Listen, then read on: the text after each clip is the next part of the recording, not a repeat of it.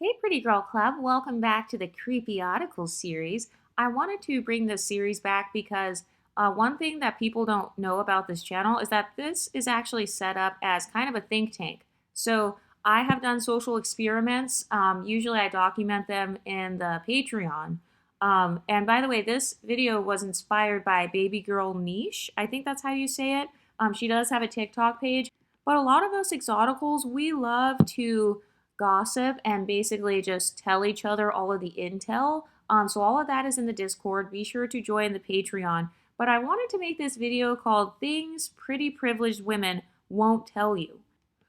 Number one is that when you are the pretty girl, you're automatically on a pedestal, right? So even if people try to tell you, oh, that's another thing. Number one is you'll have unambiguous mono dark skinned black women or jealous women in general trying to convince you that you're not as pretty as you think you are. That's actually one of the main experiences I've noticed. If you've got women going out of their way to tell you you're not that pretty, then that's a sign that you're actually stunning and drop dead gorgeous. Because why would you need to go out of your way to convince someone that they're not pretty if you're not threatened by them? I don't see people walking up to deformed women or burn victims or homeless women saying, hey, you're not that pretty. No, you don't do that because you feel sad for that person. You actually feel pity for them. You're actually more likely to compliment the homeless woman, like, oh, you're so cute. Oh, let me give you $1. But when you are pretty privileged, you do not receive pity compliments. So a lot of people think that us pretty privileged women are arrogant. No, I actually think that our self-esteem is actually pretty accurate.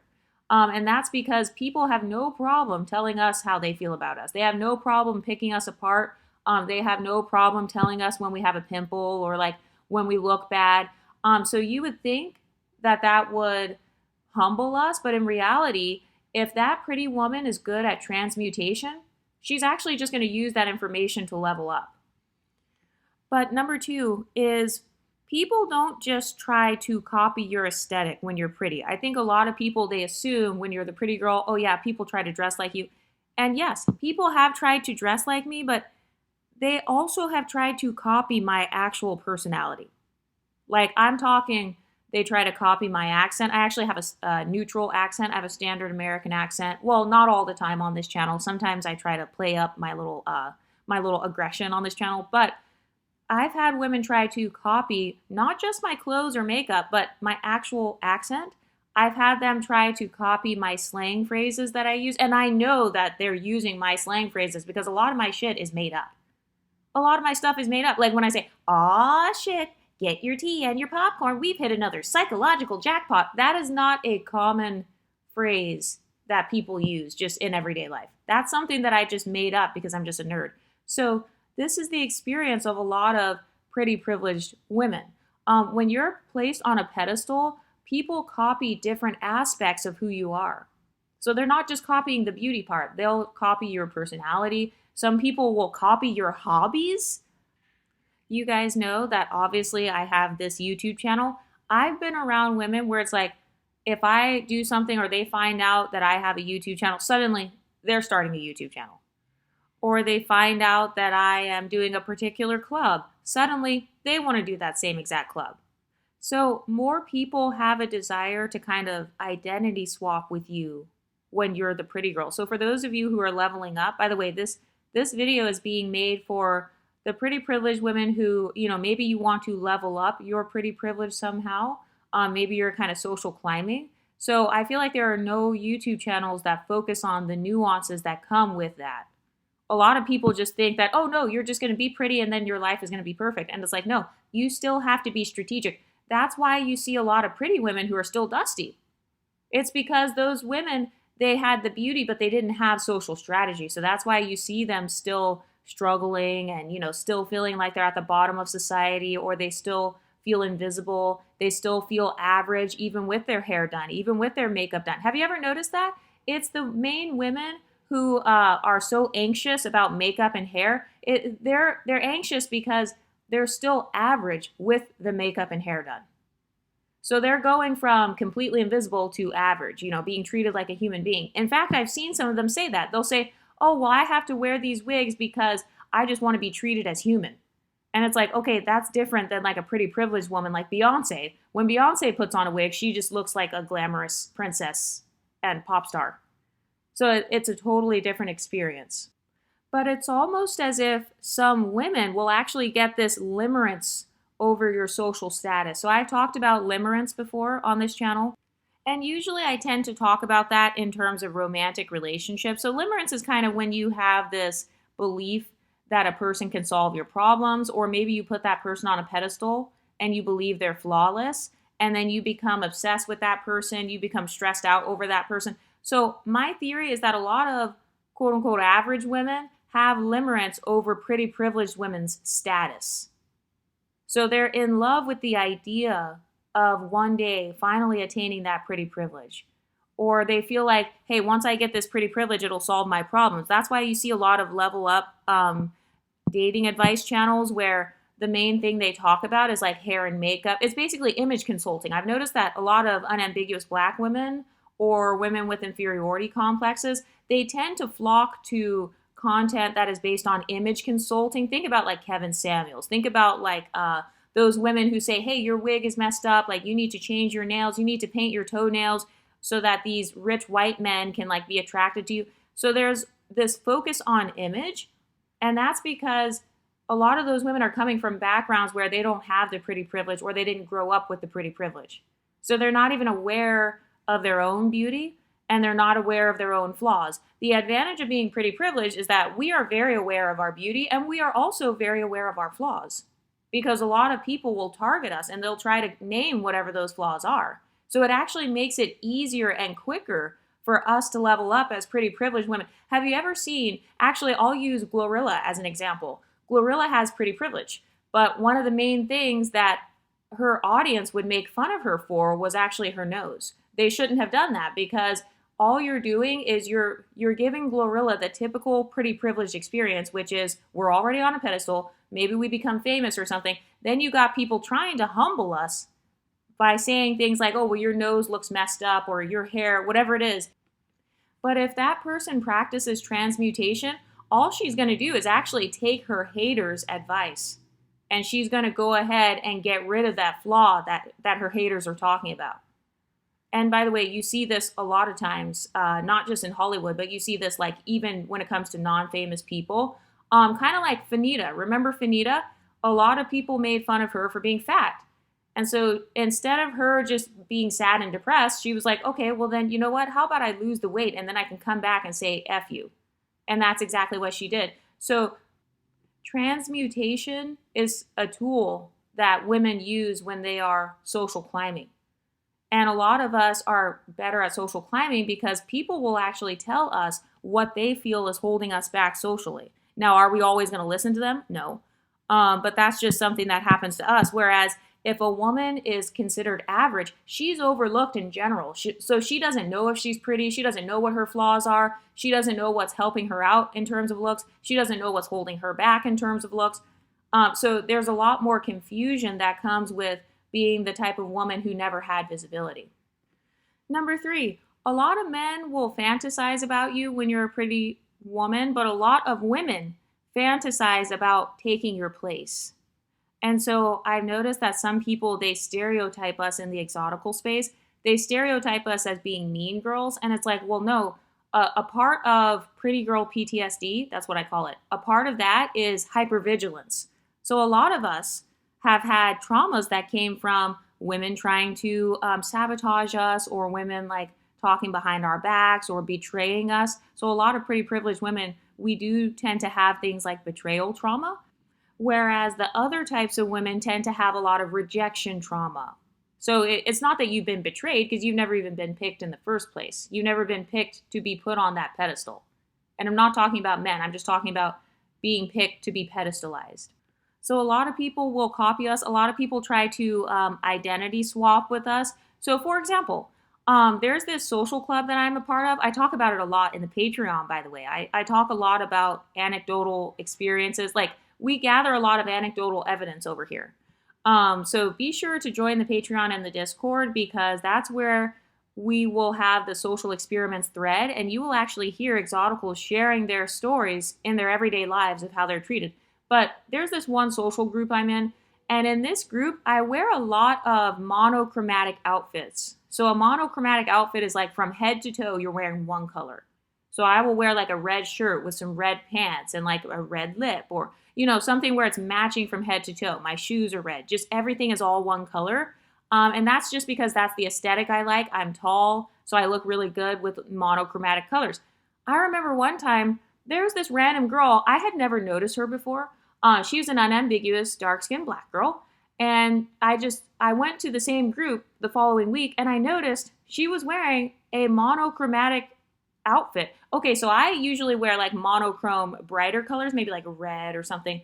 And I noticed she was wearing a monochromatic burgundy outfit, and she had like a hair bow in. So I am very into hair accessories. I love hair bows as well. So I wear hair bows all the time to that exact social group. So my first instinct, I actually did not believe that she copied me at first, because I was like, of course everybody wears like, anybody can wear what they want. So I didn't think that she copied me, but I noticed she kept on staring at me like a psycho.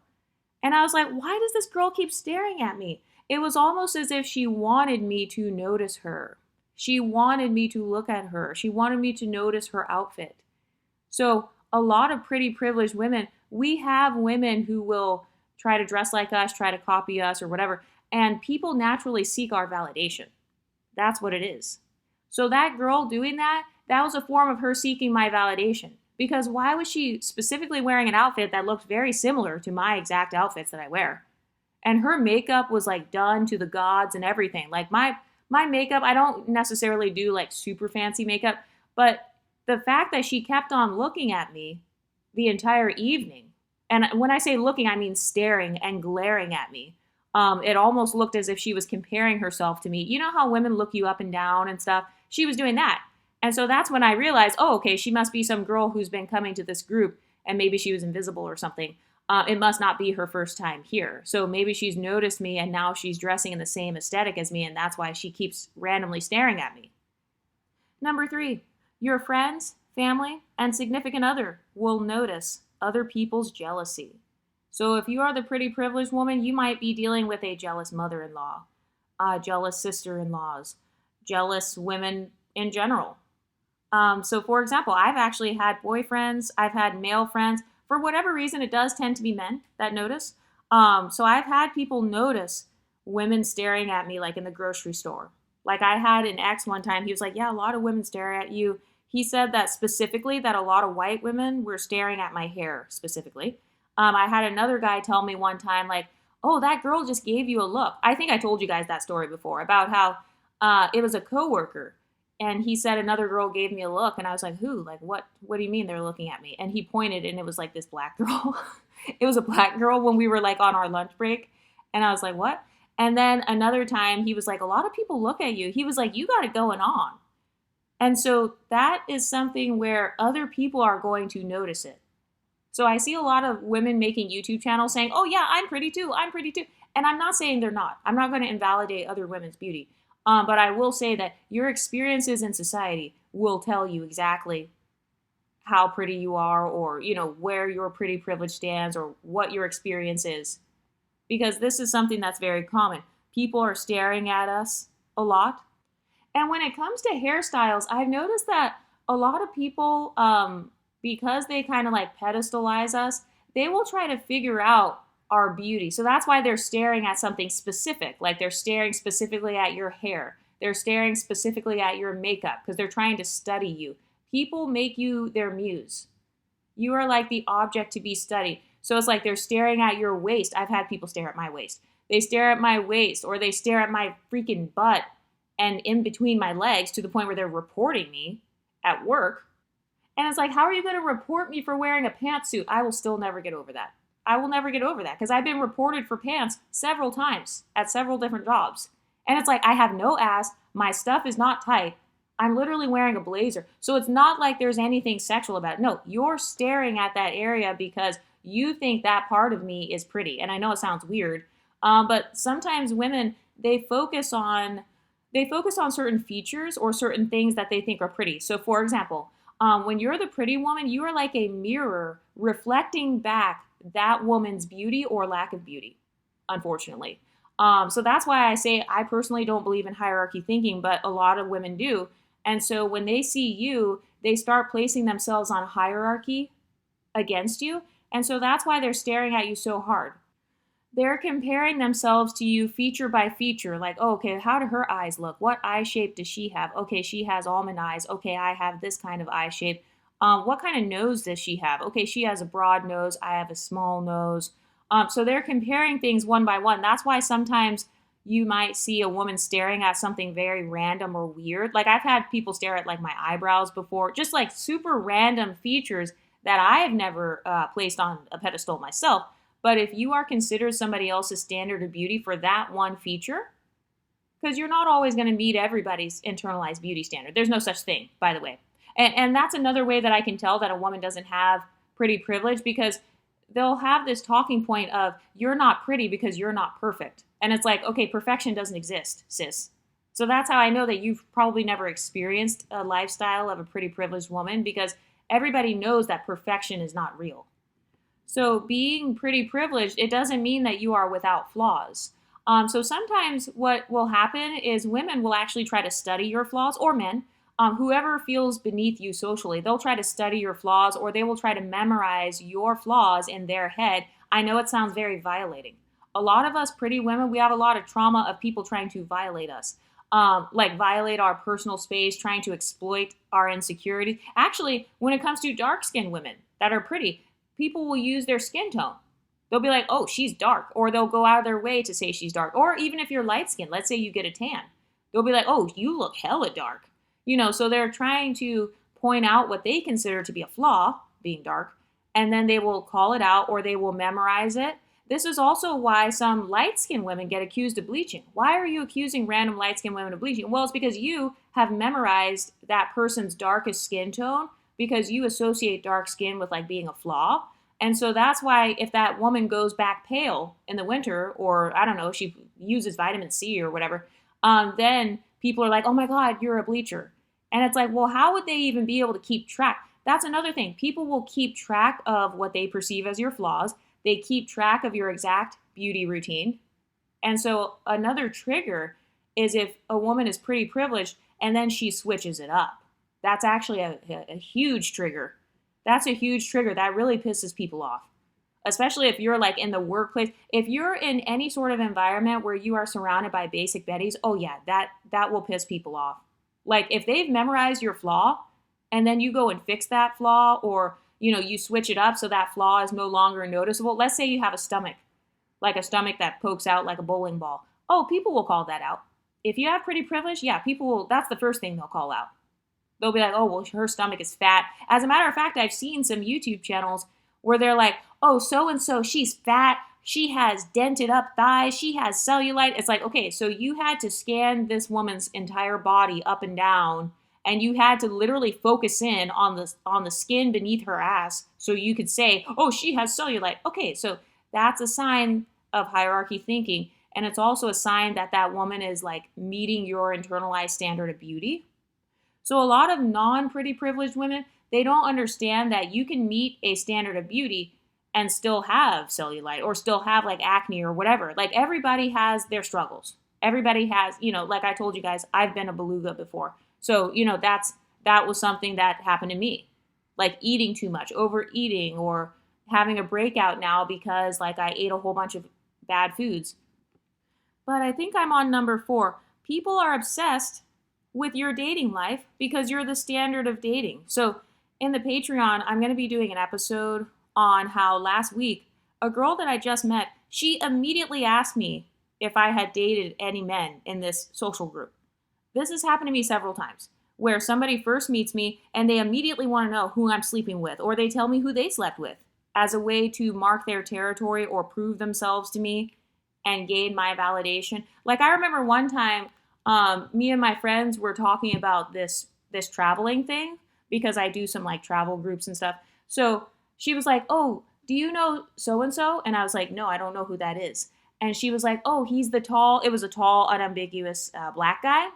And I was like, yeah, I don't know who that is. Then she pulls up a picture and she's like, yeah, I slept with him. And it's like, do you see the extreme need that some women have to kind of prove themselves or mark their territory? Because women say stuff like that because they know that most of the time a pretty privileged woman, she's not going to want the community dick or, everybody else's sloppy seconds. So that's why sometimes we will have these experiences where women go out of their way to randomly tell us who they slept with, to show us pictures because they're hoping that we know that guy. Like, especially if you have a big friend group, let's say you're in college or you're at a workplace, and there's some cute guy who's been giving you attention. If somebody slept with him or something, that girl will go out of her way to make sure that you know that. And I've also had this thing where women have specifically told me whenever they sleep with or whenever they date a tall, light-skinned guy. Because for reference, I'm a tall, light-skinned woman. So it's like, okay, you're telling me that because that's my phenotype. So you're assuming that I would be attracted to that phenotype, which is correct. But you're saying that because you want to put yourself on the same level as me socially. And you're trying to say, hey, I attract your phenotype. I attract your counterparts. Okay, but that's a sign that you're putting me on a pedestal. I don't go up to random women and say, hey, oh, hi, Sarah. You're white and blonde with blue eyes. Yeah, my ex-boyfriend, he looked like you. No, that's weird and desperate. It's giving desperate energy. So a lot of us pretty privileged women, we do attract a lot of desperate energy. People are either desperate to humble us or maybe they're desperate to prove themselves to us. They're desperate to compete with us. They're in a one-sided competition. Like this one girl, she was saying how she mainly attracts tall, light-skinned men. And I was like, okay, like that's cool. And by the way, I did not bring up, hey, what's your type? I'm not dumb. I'm not dumb enough to ever bring up the topic of like men around, especially around new women that I just met. Like I don't really know those women. So some people say, oh, well, Exoticals United, she talks about men on YouTube. Yeah, that's because I don't talk about it a lot in real life. So it feels good to have like an outlet on here and to have our own like secret society of pretty girls where we can talk about this stuff. But I don't bring up that subject because a lot of people get triggered. So there was this one girl and I already peeped it because she was tracking my other friend. So my friend is a light-skinned girl. She looks like how Halle Bailey looks. So she has like locks and yeah, that sort of phenotype. And I remember that she was counting how many men were like talking to her. And then on top of that, she randomly tells me that she attracts tall, light-skinned men. And then she asked me like, what's your type? And I was like, oh, well, my type is similar. I guess it's the same as what you're describing, kind of this professional, kind of businessy, nerdy guy that has a similar phenotype as me, a similar background, I guess. And she was like, how do you feel about tall men going after girls who are short like me? So for reference, she is a short, unambiguous, mono, dark-skinned black girl. She's extremely petite and skinny, probably maybe like 4'11", like 90 pounds, natural 4C hair. So she's very, very tiny. And she was like asking me how I feel about men, about all the tall men going after short girls like her. I actually felt very sorry for her when she said that because her level of desperation was so extreme. She was trying so hard to prove to me that she was desirable by these tall, buff, wealthy, well-to-do, educated men. I felt so bad that I didn't even say anything. I just kind of shrugged my shoulders and I was like, oh, that's fine. Because I could tell that she wanted me to be like, oh, no, nobody goes for me or nobody tall goes for me. We know that's a damn lie. If you're pretty, you're pretty. Who cares? It doesn't matter if you're short or tall. And no offense, but I've only ever seen unambiguous dark-skinned black women who are fat be insecure about being tall. I'm being dead ass right now. That's the only demographic that I've ever heard be insecure about their height. I've never in my life met somebody insecure about their height, but I'm speaking from a place of privilege. Because, in my case, I do like modeling and stuff like that. Or like all my friends growing up, I come from a WASP background. So all the girls I grew up around, they did happen to be tall, and they also happen to be white, and they were athletes, or some of them did modeling as well. So I feel like the whole height thing, the only women I've ever heard of being like insecure about that are women who do not have pretty privilege. I'm sorry. They don't have pretty privilege. Because if you are pretty, it doesn't matter. You could be short, tall, dark, light, old, young, short hair, long hair, big booty, have no booty. So this whole mindset of her trying to say that, oh, how do you feel about all the tall men going after me? Not only did I know it was a lie, but I felt so bad for her that I didn't even want to, I didn't want to continue the conversation. I just let her think like, oh yeah, you're right, girl. You go, girl. You go, Glen Coco. That's what I was thinking. But I've noticed this pattern where women with inferiority complexes, they will go out of their way to tell me specifically that their boyfriend or the man they fucked looks like me. Or they'll try to name a guy that they think that I'd be attracted to, like in the case of the other girl who mentioned the tall, buff, unambiguous guy. Because she was assuming that I'd think he's attractive and that I'd like be impressed or something. Or that maybe I would be like, I don't know, somehow threatened. So I've noticed this pattern where people are obsessed with who we are attracted to. They assume that they know who we're attracted to. Generally speaking, women are going to assume that you're attracted to your own phenotype. Men, not so much. They don't really react that way with me, but women, they do assume that I'm attracted to MLS men who are tall, who look like me, basically. So that's why they're going out of their way to say within 5 minutes of meeting that, they fuck someone that has my phenotype. And also, they're trying to do it as a triangulation tactic because I remember one time I was at work and this one Filipino guy, oh my God, he was crazy. So there's this one Filipino guy, he worked in IT, and as far as his phenotype, his skin tone was the same as mine. His hair color is the same as mine, but obviously he's Filipino. And so all the girls that worked in the back, well, some of them were like black, like one of them was an unambiguous black woman. And this guy, he would always come to the back, and some of the girls, they considered him cute. They were like, oh my God, he's so cute. Ha, ha, ha. So he was used to, I guess, the women like having crushes on him and stuff. I'm not super male centered like that. So just because a guy is cute, also he's not my type. So just because somebody is cute or just because other people think a guy's cute, I'm not going to really follow along with that. And plus, I'm at work. So why would I stop doing my work so I can focus on some dusty guy? But this guy, he used to come to the back. The girls would fawn over him and be like, oh, he's cute, blah, blah, blah. So they would flirt with him and stuff. And I would always just be doing my work. And you already know, if you're the pretty girl and you happen to just be focused on yourself, guess what talking point they're going to give? You don't speak to nobody.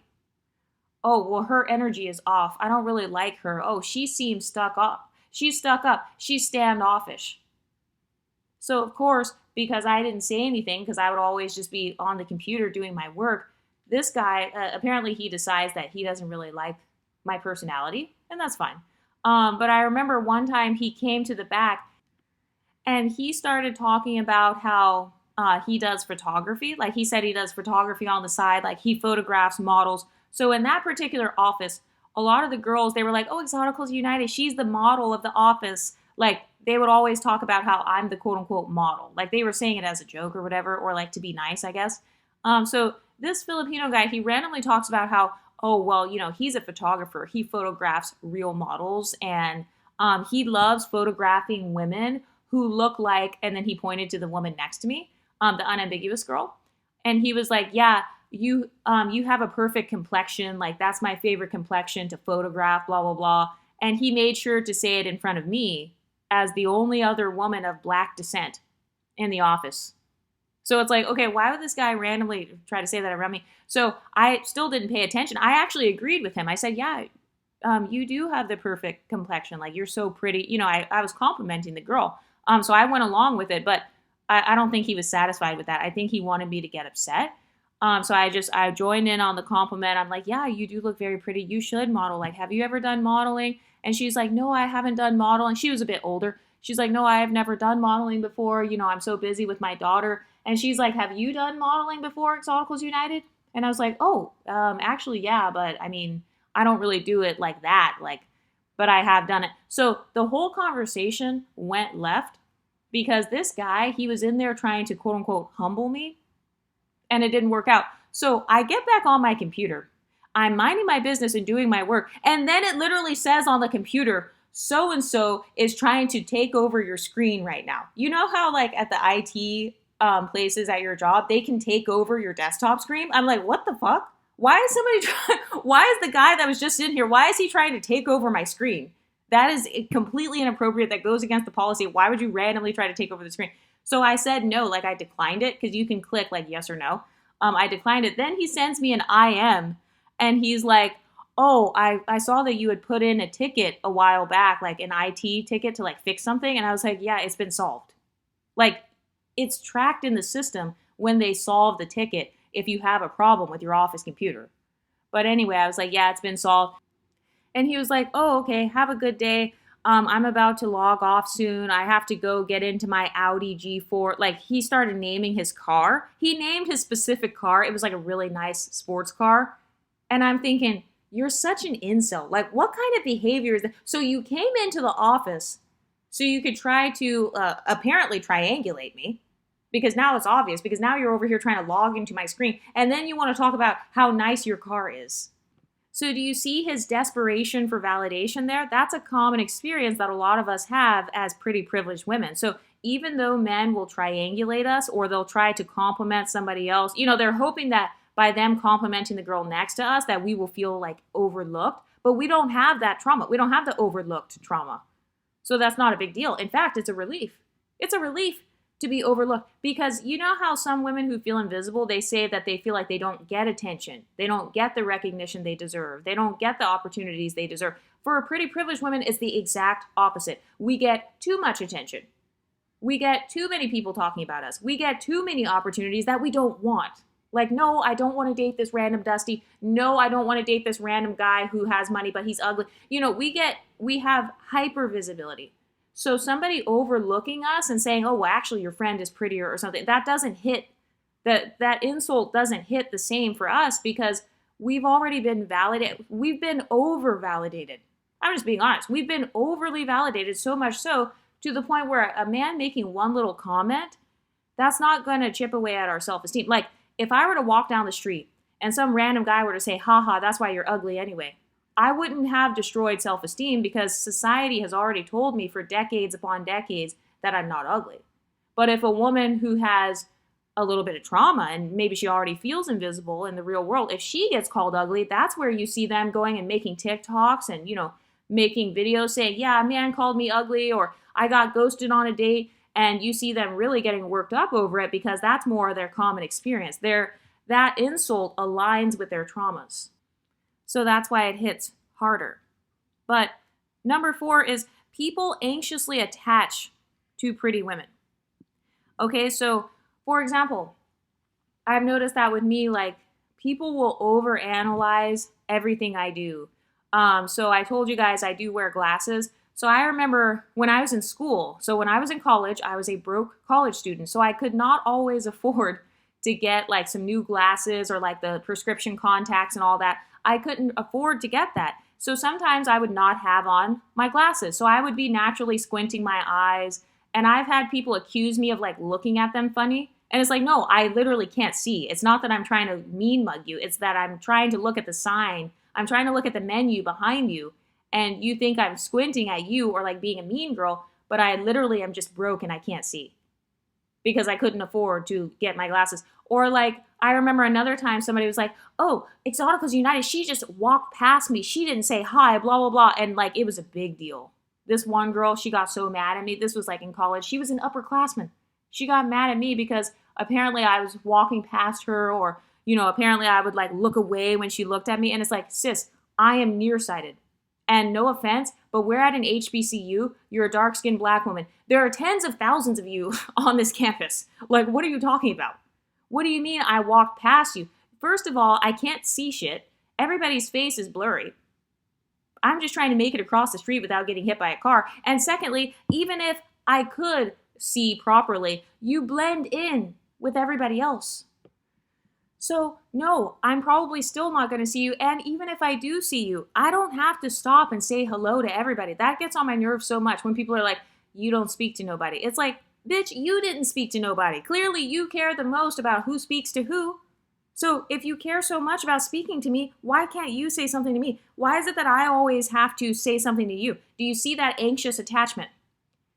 Do you see that need for your validation? They need you to speak to them.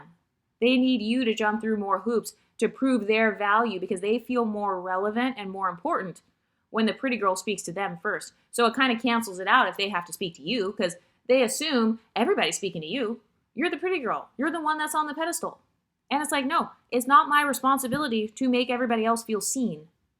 That's what it is. They want you to make them feel seen because they know that you, as the pretty girl, get seen all the time. So it's more validating when you, the almighty pretty girl, it's more validating when you see them.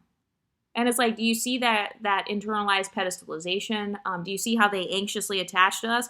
So I've had people overanalyze my responses. I've had people end friendships with me because I couldn't remember something. Like, for example, I've had several people, for whatever reason, they all happen to be black. I've had several people end friendships with me because I couldn't remember like their name, or I didn't remember a conversation we had. It's like, we are literally in a big giant social group, or like I'll be like in college or something. So it's not something where it's like high stakes. It'll be something where everybody's talking, everybody's laughing, everybody's vibing. So of course I'm not going to remember every single detail about everything. But that's happened several times where people get offended. They're like, "You didn't remember my name? You don't remember the conversation we had? Remember I talked about how you went to this city and then you did this and then you went to English class?" And then I'm like, "Oh my God. First of all, I'm flattered that you even remember all that." And by the way, when I'm talking about friendships, I'm not saying that like a year goes by and I don't remember their name. No, I'm saying this is a brand new friendship that's developing. So maybe I've only seen this person a couple of times and we're kind of like buddy buddy. We're getting to know each other and it's very clear that this person really wanted to be my friend, but now they don't want to because, they're offended that I didn't remember everything about them. Meanwhile, I have people forget stuff about me. I don't get mad at that, especially if we're in a social setting. There are hundreds of people. There's so much going on. Like, people have jobs, they have careers. So everyone doesn't have time to remember all of your details. Shit. Because I don't remember any of it. Because in my head, it was like a 5 or 10-second conversation. But it's like people will memorize everything you say. They'll memorize everything you do. Then they get pissed off when you don't remember the same amount of information about them. And it has gotten so bad to the point where I now have a document in my phone. Like, if I really want to be friends with somebody, or if I really want to, let's say I'm in a dating scenario or something, I actually have a document in my phone now where I will actually take notes and try to remember as much as I can about a particular person, because that's how much trauma I've personally had from people getting mad at me for not remembering. Like, maybe I don't remember their name, maybe I don't remember where they were from, or I don't remember like, what school they went to, what they do for a living. And it's like, sis, I'm not going to memorize all of that about you anyway. Because I don't care with all due respect, I don't care what you do for a living. I'm not comparing my living to yours anyway. So who cares if I didn't know that you were a teacher at the local school? Like, why is that such a big deal? Well, it's because they're anxiously attached to you. I've also had people overanalyze my responses. So for example, they overanalyze my text messages, or if I'm sick. I've actually had this happen before a couple times. Let's say I get sick or I have an emergency and I can't make it to a friendship hangout. I can't make it to something. I've had people be like, "Oh, well, she's acting funny. She's acting different." I'm like, oh my God. So now I'm acting different because I wasn't feeling well and I can't go. So people anxiously attach to you when you're the pretty girl. They feel a need to possess you because they're flattered by the fact that you want to be their friend. And so they get upset because sometimes people have trauma from pretty girls. In fact, I've been told this before too, that I look like people's high school bullies. I told you guys that story before. Somebody said that to me. I have to put this on the Patreon, but the same girl who recently asked me who I was dating within a few minutes of meeting me, that same girl, she also said that same talking point of how I look like this other girl who was the popular girl in high school and she was the cheerleader. Anytime somebody starts doing that, if I am first meeting you and you're already projecting a stereotype onto me, "Oh, you look like my high school bully. Oh, you look like this other girl that I know and she was a cheerleader and she did this and she was popular and everybody liked her." Okay, no, that's already a red flag. Because you're dehumanizing me. A lot of us pretty women, we suffer from being dehumanized. Okay, so being dehumanized, it's not the same as like what unambiguous women experience when they say, "Oh, I'm being fetishized." That's not the same. So, for example, people who are famous, they get dehumanized because, the internet will bully them mercilessly. People will take pictures of their fat and their cellulite, and then it's not a big deal. But if you were to do that to a regular person, then it's called bullying. So that's what I mean when I say they dehumanize us. So we experience dehumanization, it's just in a different way. People view us as being on such a high pedestal to where it's like, oh, she can take it. She can take the bullying. So yeah, let me just randomly call out how she looks ugly. Like I've actually had, okay, so there was this other time where this is when I was a teenager, you know, I had a little boyfriend or whatever, and I was in school. And I remember I walked out. I looked so cute that day. And I'm just being honest. I looked very cute. Let me tell you what I was wearing. I was wearing a silky gold dress. And on top of it, I had this winter white pea coat on, like it was cold outside. And then I had on some heels. I had my little lipstick on. And I was going to meet my little boyfriend. And there was this other girl there at the school. This was in college. And the next time this girl saw him when I wasn't around, she was like, oh, why don't you date somebody who actually knows how to dress? She doesn't know how to dress. And I've noticed this too. Whenever your face card eats and your body eats, your hair eats, basically you're gorgeous. Whenever your face is beautiful, your hair is beautiful, your body's beautiful, people will try to come for your aesthetics. They'll try to come for your clothes, your makeup, maybe like a wig or your weave, or, you know, they have to come for something superficial because they can't come for your actual face. They know that they know that they would look like a hating ass bitch if they tried to say your actual face is ugly. They know that they would look like a hater if they said, oh, your complexion is ugly, your face is ugly, you know, your hair looks ugly. They know that they would look too jealous. So what they'll do is they'll try to make fun of your outfit or something else random. Like, oh, her outfit's not cute. Oh, her purse. I've literally had women make fun of my purse. I'm like, bitch, how are you making fun of my purse? Like, one girl, she made fun of my purse because I was carrying a purse that was from Target. I don't have a problem with shopping at Target, bitch. She made fun of it because it wasn't a designer bag. You know, she was one of those girls that was into, like, I don't know, like the Louis Vuitton and all that. And it's like, people will try to come up with random things to make fun of because they can't make fun of how you actually look. But people, they'll anxiously attach to us. They get mad if we don't remember certain things about them.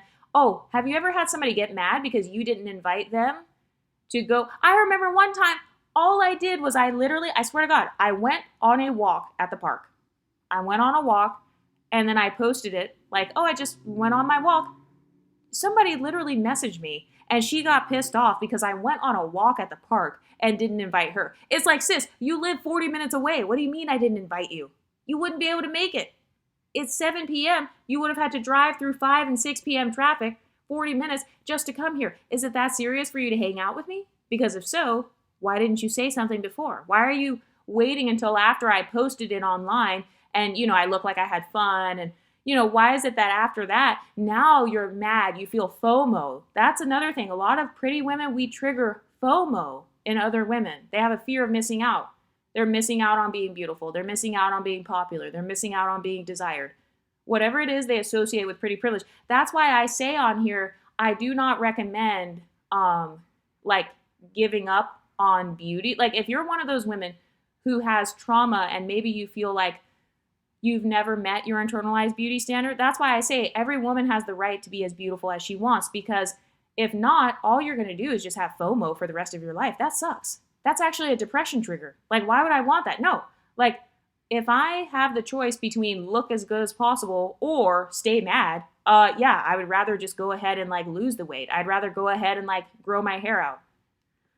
But yeah, people anxiously attach to us. I've also had men, I'm sure a lot of you guys have dealt with this, where a man you're interested in, he gets extremely angry at the tiniest thing that you did. So if you didn't text him, like I told you guys, the Nigerian thing, part of why I do not date anybody of Nigerian descent, no shade. If you're from another country or something, I'm sorry, I can't do it. Like if your blackness in particular is from another country, you're not African American, yeah, you guys have a lot of problems. I'm sorry. At least the ones who know me in real life, because I remember one time this guy, I literally met him the same day.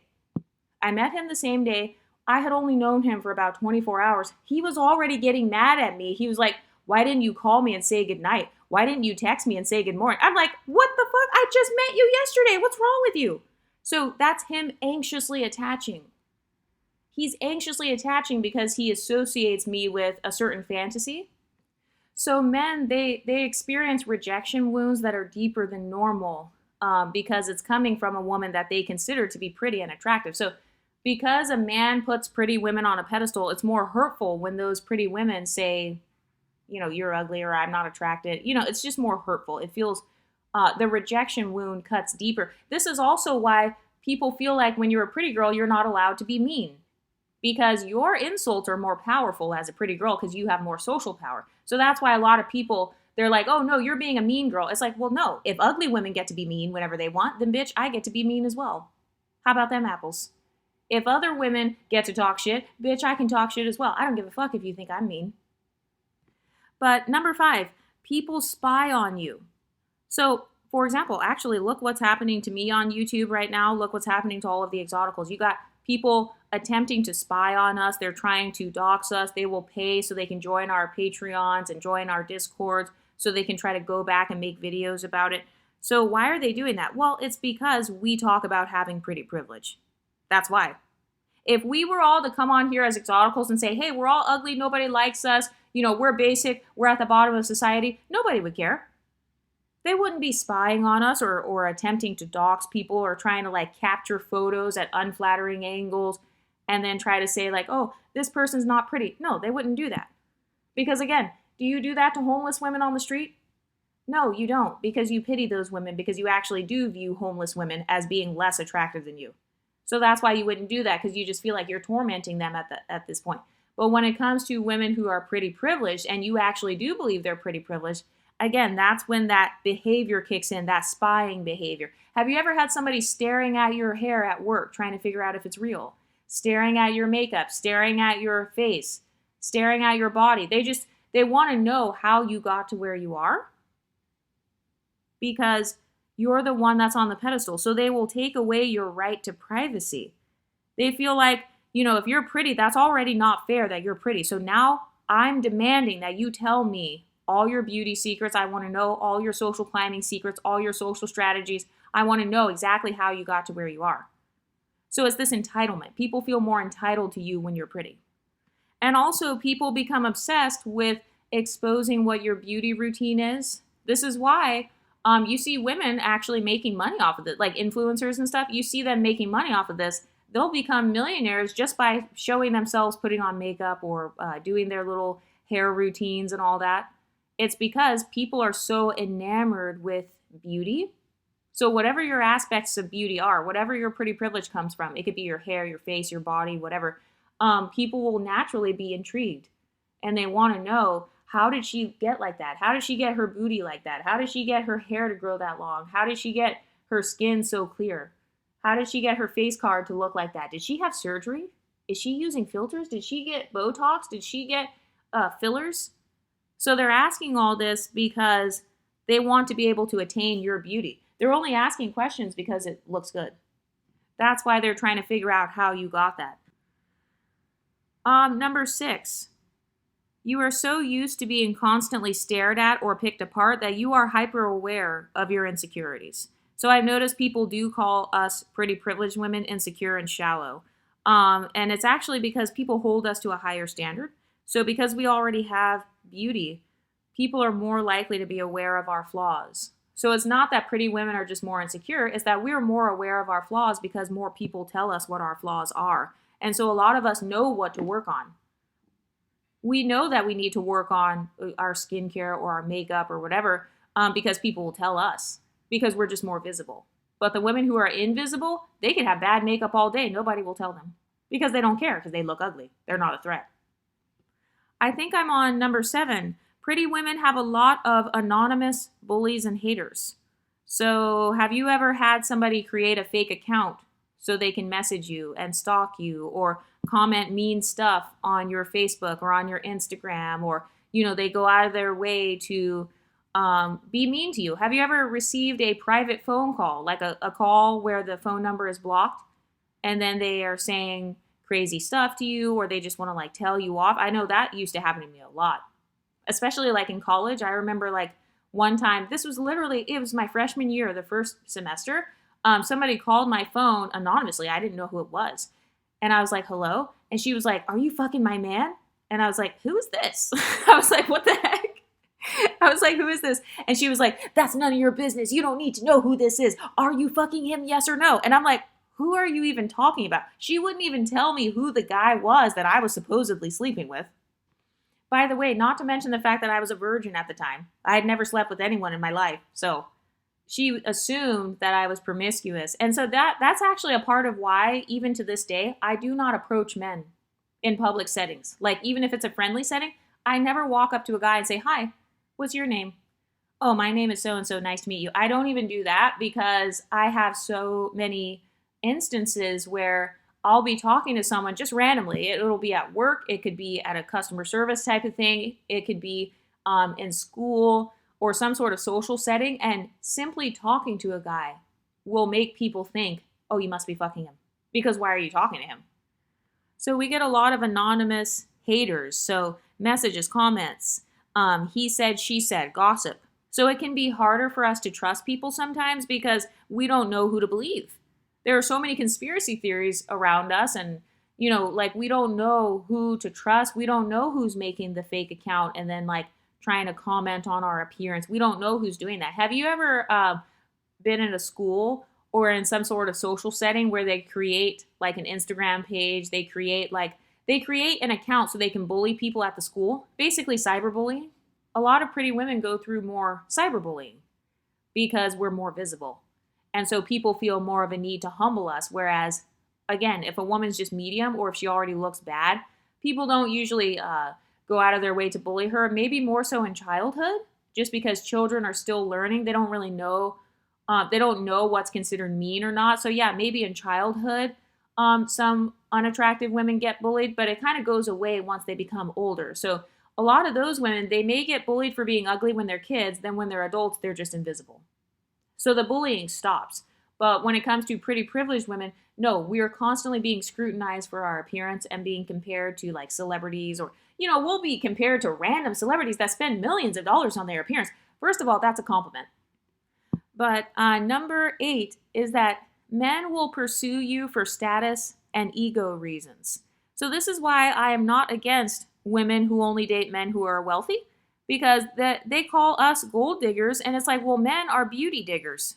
Men will literally get depressed if they don't have access to a beautiful woman like you. So men feel more entitled to pretty women. I don't see men fighting for the attention of the ugliest woman in the room. They don't do that. So they tend to pursue pretty women for status reasons, for ego reasons. So it's not always that they want to date you. That's another thing too. Okay, so with being pretty privileged does not guarantee romantic connection, but it does guarantee attention. So a lot of not pretty privileged women, a lot of medium ugly women, they assume that attention equals love because they have a scarcity, they've received a very scarce amount of attention. So that's why they get mad.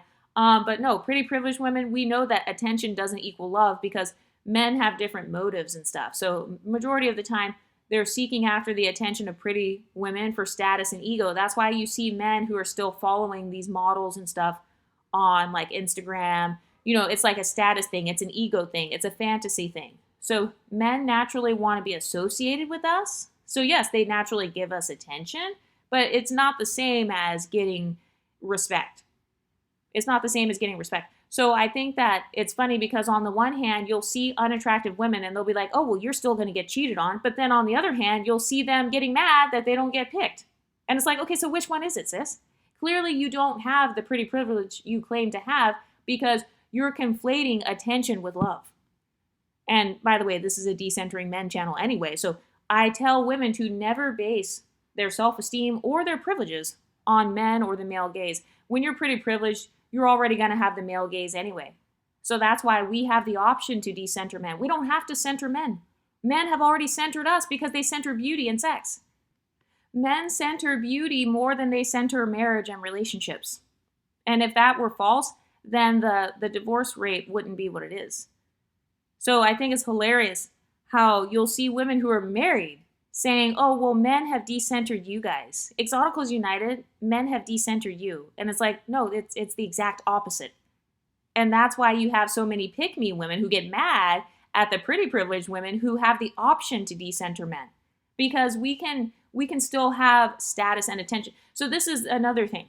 Women who are invisible, the only time they feel special and adored is within the context of a relationship. And so that's the only time that they're consistently going on dates. That's the only time that they're consistently having sex or being complimented or whatever. But if you're pretty privileged, you actually have the option to do that outside of a relationship. I'm not saying you should. I don't recommend that you should. But seriously, pretty privileged women, we just have more options for attention if that's what we really want.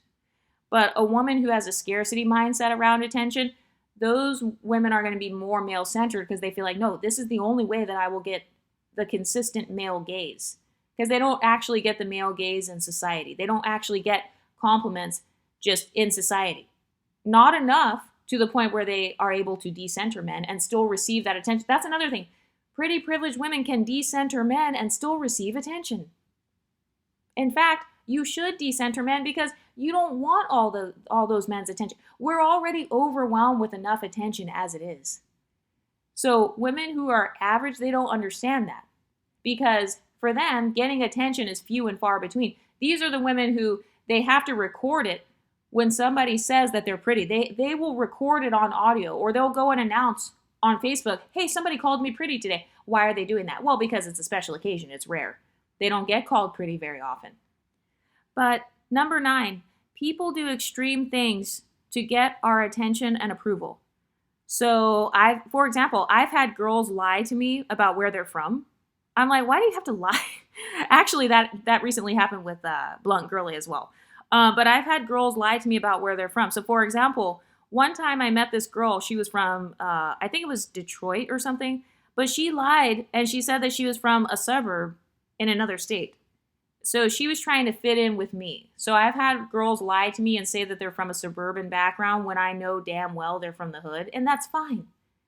But that's just a part of being on a pedestal. Sometimes people, they'll try to get your attention. They want to get your approval. I've had men change their accents around me. Usually it's men from the hood, same thing. So it's like he has this hood accent, but then when he's around me, he's like, oh, excuse me, ma'am. Oh, hi, Exoticals United. Oh, it's good to see you. And I'm like, Tyrone, like, why are you talking like that? It's because he's trying to fit in. He's doing something extreme to get my approval. Same thing with the women who lie and talk about the types of men they attract, or, they're saying it so they can try to fit in with me. Number 11, people assume that we are male-centered since we have the male gaze. That one kind of speaks for itself. I mean, a lot of people assume if you talk to a man, you must be sleeping with him. You must be attracted. A lot of people think we have hidden agendas with men, which is not entirely false, because a lot of us are strategic as well. But it's like, have you ever noticed that all you'll be doing is having a simple conversation with a man? You have no interest in that man at all, but people assume, oh, she has a reason she's talking to him. She's trying to get some money out of him, or she's trying to sleep with him. Like, people come up with all these conspiracy theories as to why we're doing what we're doing. And that goes back to people anxiously attaching to us because they overanalyze every social interaction. They're analyzing what we're doing. Number 12, pretty women receive more compliments and attention in private, not in public. A lot of people try to cock block attractive women. So that's one of the common reasons why maybe your pretty privileged friend, maybe she's not getting as much attention, or maybe it seems like she's not getting as much attention, or, like have you ever had somebody comment and be like, oh, I'm surprised that all the men aren't talking to you, or how many likes did you get on the dating app? I didn't even know that counting likes was a thing because I don't have a scarcity mindset when it comes to attention. So I've never even had that thought in my mind. Let me count how many likes I get and then try to Google how many likes other women are getting. Let me make a fake dating profile and pretend to be a man so I can compare myself to the women's profiles. I've never thought like that. And that's because as pretty privileged women, we receive compliments. We receive plenty of compliments and validation. But more times than not, it's going to be in private. And that's because obviously people are triggered by, one woman getting all this attention. So for example, let's say you go out with your friends. Let's say there are like 10 of you guys in a group. Generally speaking, a lot of people, they're not going to just walk up to the one pretty girl and be like, hey, how's it going? Oh my God, your outfit's so cute. Or, oh my gosh, you're so gorgeous, blah, blah, blah. And then they just keep talking to her for 30 minutes. No, generally speaking, that's not going to happen. A lot of people compliment us in private because they don't want to make other people feel uncomfortable. So it's kind of like a courteous thing. So like, and I'm not just talking about men, women can do this as well. So for example, at work, like maybe I start a new job and the other women, they don't compliment me or whatever. But then when I go sit at my desk by myself, then one of the ladies will come up and be like, hey, I just wanted to say you're so pretty, like blah, blah, blah. Well, yeah, she's not going to say that in front of the whole office because maybe she didn't want me to feel embarrassed, or she just didn't want to make it like, oh, she's kissing her ass. Because that's another thing. Have you ever noticed that when people do compliment you in public, if you're a pretty privileged woman, if somebody compliments you in front of everyone, people are going to assume that that person's kissing your ass. They're going to be like, oh, well, that person, she's just deriding, or like she's just kissing her ass. Oh, she's going to be a sidekick. A lot of people say that about the people who compliment pretty privileged women. So have you ever noticed a part of why average women are so obsessed with our dating lives and stuff? It's because our dating lives are not public, generally speaking. You know, we don't usually just put everything out in public. Generally speaking, if somebody's trying to compliment us, they don't go in front of everybody and just be like, oh, hey, how's it going? Yeah, I want to have a whole conversation with you right now. No, because a lot of us get cock blocked all the time. So if somebody's trying to talk to you, they already know if you're in a social setting that people will try to block you. I've told you guys stories about how I've had women literally try to physically block me. Like, I mean physically block me, like stand in front of me and try to block my actual face and body so that some guy across the way can't see me. So people do extreme behaviors like this. A lot of men and women have experienced other people trying to interfere or cock block, or sometimes people will start rumors and talk shit. Like, oh, she's a hoe. Oh, I've seen her talking to all the guys. Oh, she gave out her number to 5 guys. So people will compliment us in private because they don't want to deal with all of the drama and jealousy that comes from dealing with a pretty privileged woman. So that's why oftentimes it's hard for average women to figure out like what our dating and social experiences are like. It's because any man who's smart, any man who's not a complete dumbass, he's not going to reveal all of his cards in front of the whole world. And don't even get me started on if you're light-skinned. And this is another thing too. So as a light-skinned woman, men, like if he's black or if he's of black descent, he's not going to say, oh, you have such a gorgeous complexion. He's never said that in front of other people. No. They will always pull me to the side in private, or, you know, once we exchange contact information and we start talking privately, that's when he'll say, oh yeah, you're so beautiful. I love your complexion. I love your hair texture, blah, blah, blah. That's when they'll say comments like that. Because it's considered taboo to compliment my phenotype. So I'm sure a lot of MLS women can relate to this. Like, men will pull you to the side, or they'll say the compliments when it's just the two of you. They're not going to say it in front of everybody. So I want to talk about how to use transmutation if you have gone through any of these pretty girl problems that I talked about. Number 1, become a Karen. Yeah, that's right. I said what I said. Become a Karen. I love using my Karen skills whenever I need to, whether that is reporting people, sending emails, documenting things, calling the police on people. I was so close to calling the police on a guy the other day. But I didn't want to. I've called the police like several times. Like, I am very much a Karen. Yes, I will put my name on it and everything because that gives credibility. So I like to use my Karen skills to my advantage. So that includes reporting people to managers, talking to the HR people, leaving the jobs where I don't feel celebrated. And with a 2 weeks notice, no, I do not always put in a 2 weeks notice. My 2 weeks notice is directly correlated to how they treated me at that job. You didn't give me 2 weeks before you screwed me over. You didn't give me 2 weeks before you tried to change my job description without putting it in the policy. So no, I'm not giving you 2 weeks before I leave the job. If I'm going to get a bad reference from you anyway, why should I care? How about I just ditch this job and then I erase you off my resume, or I can keep you on my resume and I will utilize a friend or family member to be my reference and not you.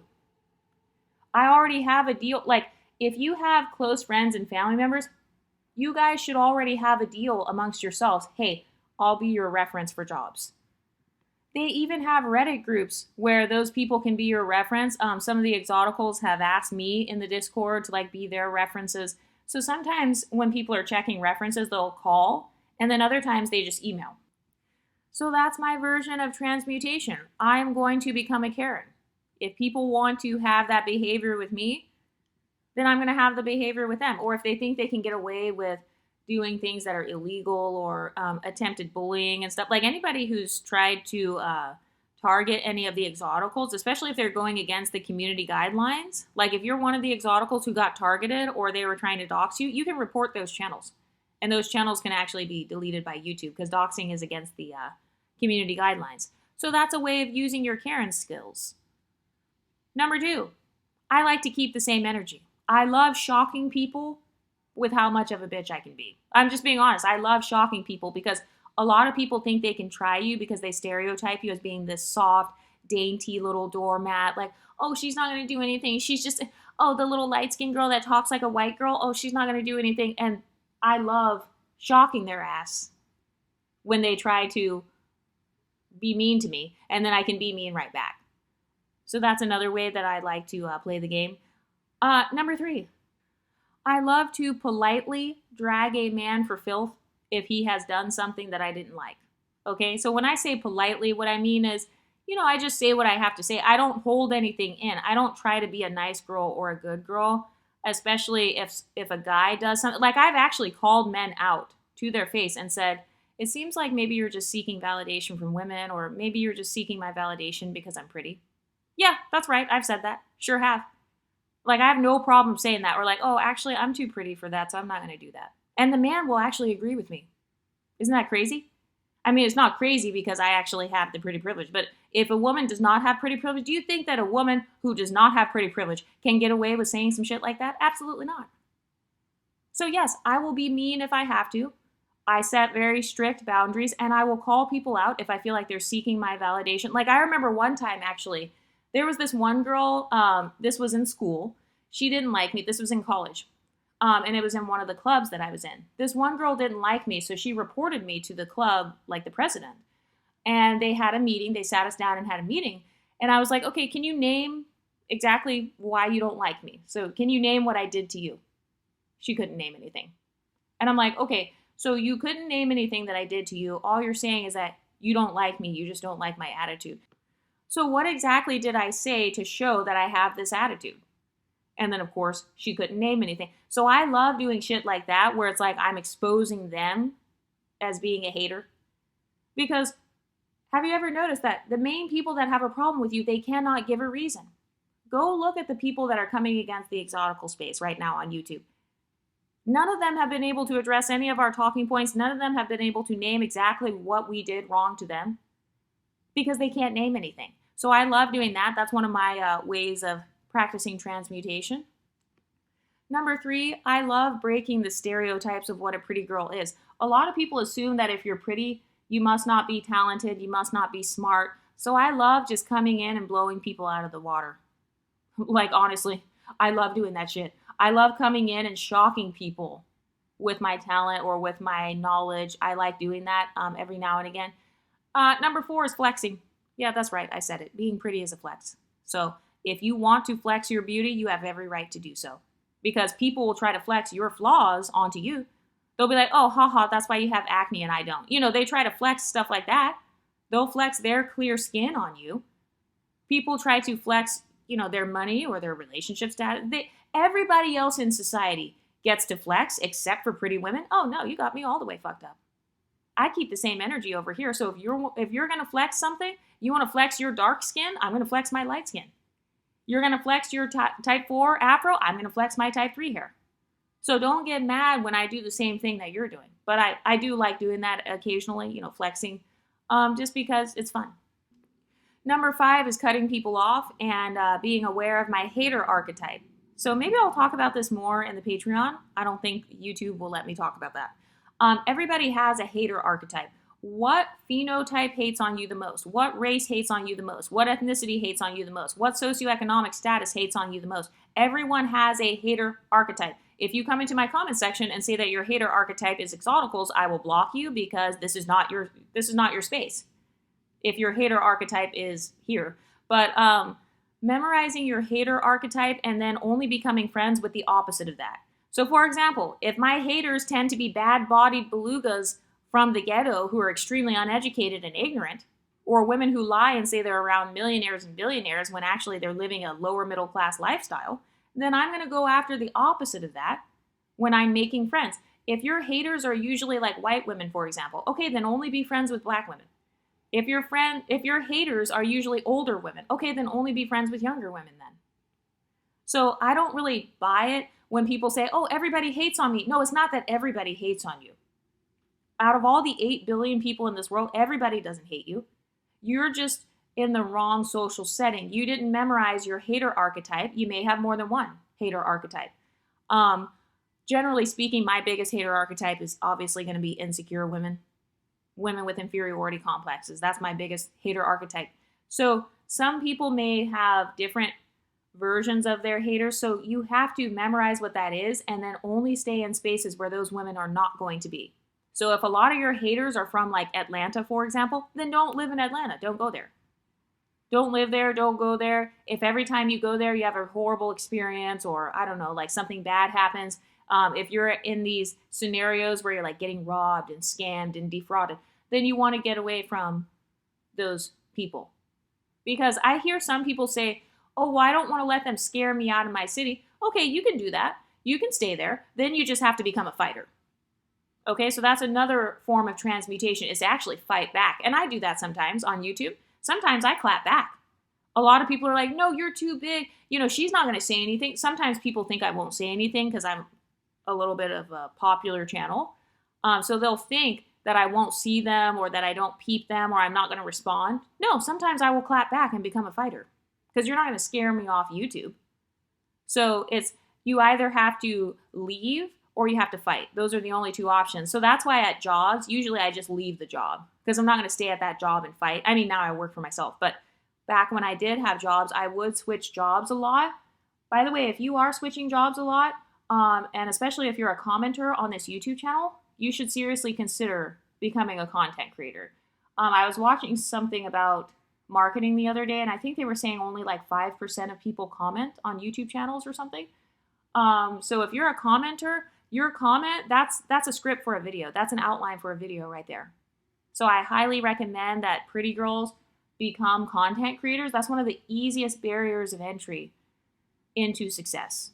If you're pretty, well, I mean, you don't have to create content, but like if you are pretty and you happen to be interested in content, you can do that. You can do content that revolves around your beauty, or you can just do content that's faceless. You can just talk about your beauty if you want to and make money off of that. But what do you ladies think?